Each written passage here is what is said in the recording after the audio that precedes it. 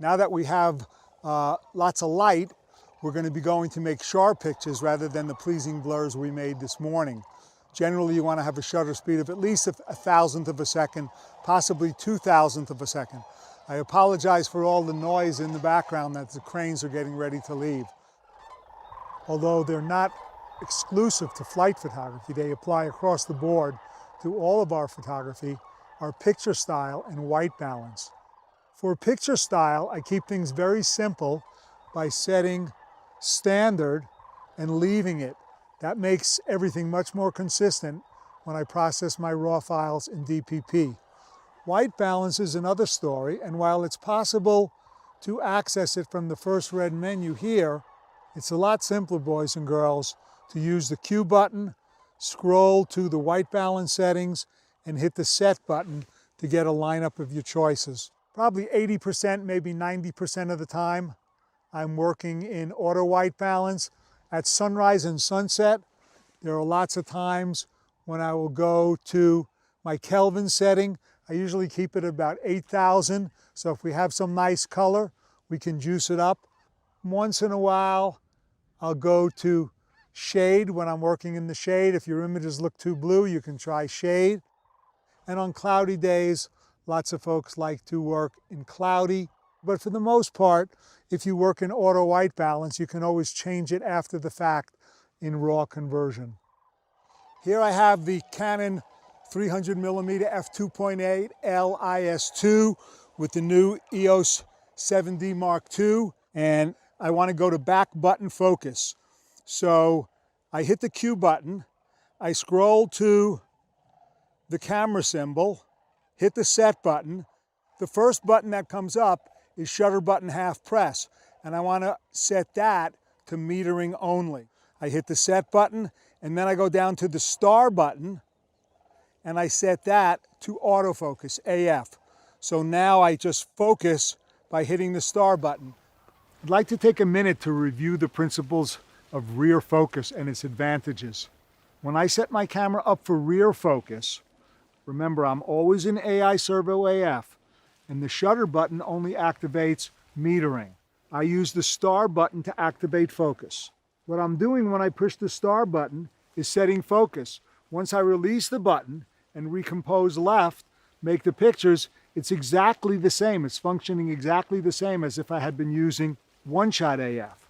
Now, if that same subject starts to fly, all I'll do is get the sensor on him as he's taking off, hold the star button, and have AI Servo track the bird as it takes flight. So when I'm using rear button, I really have the best of both worlds. I have the equivalent of one shot when I focus on the bird, release the shutter and recompose, and then I have AI Servo for tracking the bird takes flight or starts swimming by pushing and holding the AF button. So give it a try, and I'm sure you'll like it with some practice. Canon, in its AF configuration menu, offers 6 custom cases. When I first got the camera and I looked at the 6 custom cases, I decided that I could do better for bird photography by adjusting the parameters exactly as I want them. So I went to case 3, which is one that I rarely use, and for tracking sensitivity, I've set it to the slowest setting, minus. For acceleration, deceleration tracking, I've set it to the highest setting, 2. And for AF point auto switching, I've also set it to 2. AF point auto switching only matters when you're using either 61 point or zone AF, and I use both of those frequently in different situations. When you've moved from one spot to another and you're sort of frantic, it's a good idea to take your time, buy the car, don't drop any of your gear, and change the settings that you need to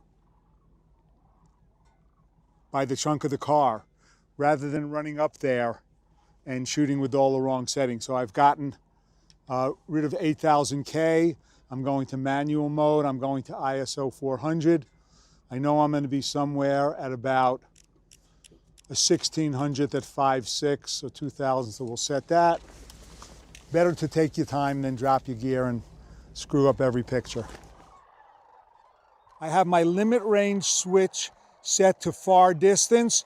I have IS mode on, IS mode 2. I keep that on all the time. And as far as exposure, in this early light, I'm reading one stop off the sky and setting it manually.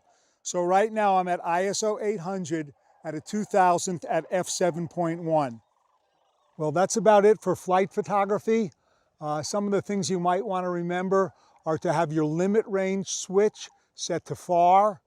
You're more than welcome to try my custom settings that I use for case 3. And you want to be in AI servo all the time. And fast shutter speeds from at least about a 1600th of a second to a 2000th of a second or more. Depth of field is not a big issue for flight photography. And get out, find some flying birds, and have some fun.